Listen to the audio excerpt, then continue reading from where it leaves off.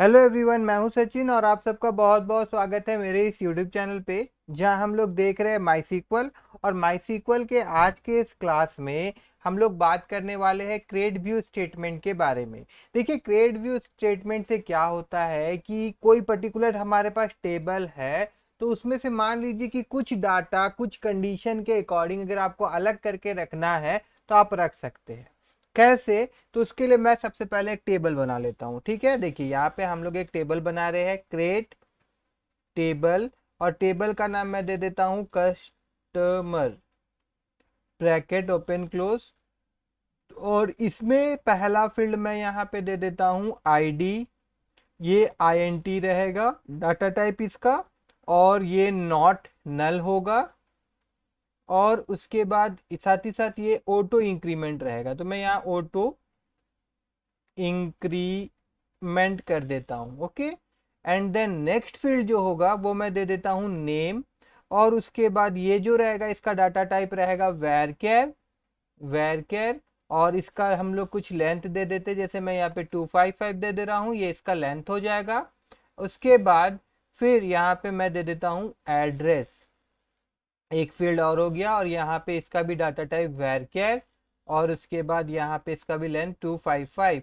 And then यहाँ पे जो पहला आईडी था उसको मैं यहाँ प्राइमरी की घोषित कर दूंगा, प्राइमरी की। और यहाँ पे मुझको क्या पास करना होगा, आईडी।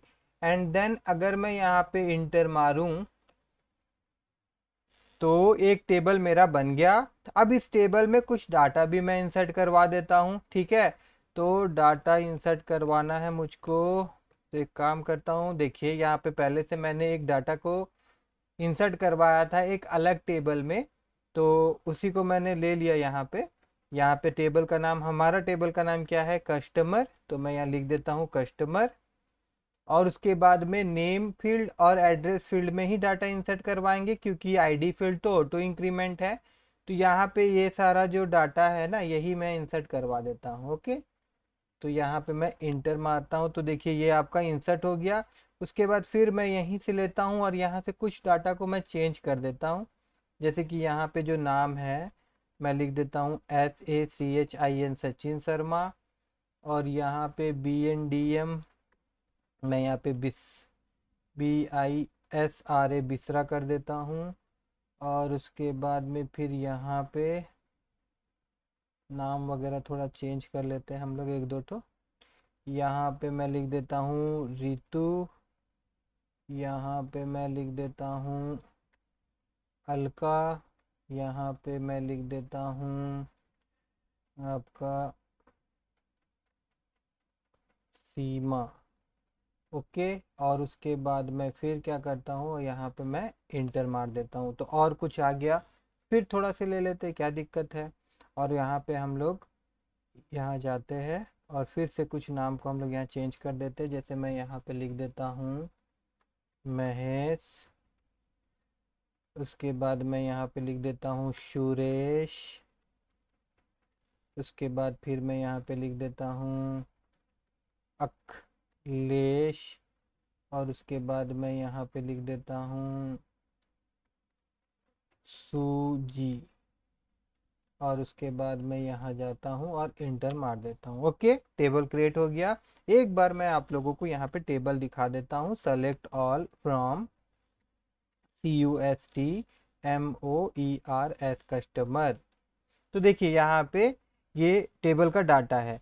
तो मैं क्या चाहता हूँ कि यहाँ पे बंडा मुंडा वाला जो है ना, वो सारा बच्चा को मैं अलग करना चाहता हूँ। ठीक है, तो ऐसा देखा जाएगा तो यहाँ बंडा मुंडा तो मेरे को एक ही दिख रहा है। काम करते बिसरा वाला को हम लोग अलग करते हैं। ठीक है, उसके लिए एक व्यू हम लोग बनाते हैं। तो क्या करना होगा हम लोगों को, यहाँ पे लिखना होगा क्रिएट। और उसके बाद लिखना होगा व्यू। और उसके बाद में व्यू का नाम देना होगा। ठीक है, तो यहाँ पे व्यू का नाम जो है वो मैं दे दे रहा हूँ BNDM।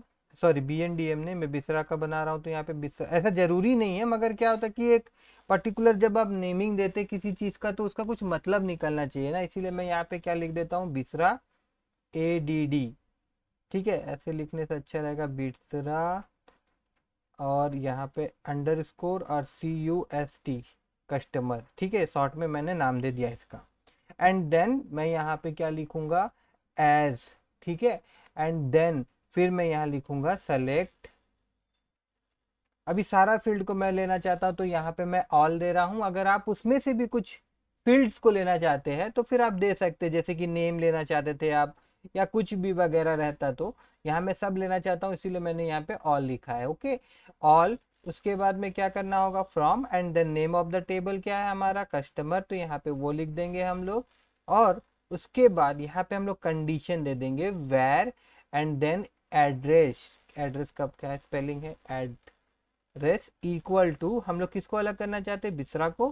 तो यहाँ पे हम लोगों को क्या लिखना होगा, बिसरा, BISRA, देखिए स्पेलिंग ठीक है ना, BISRA। और उसके बाद इसको मैं करूंगा इंटर। तो यहाँ पे दिखा रहा है query okay, 0 row affected, okay, कोई बात नहीं है।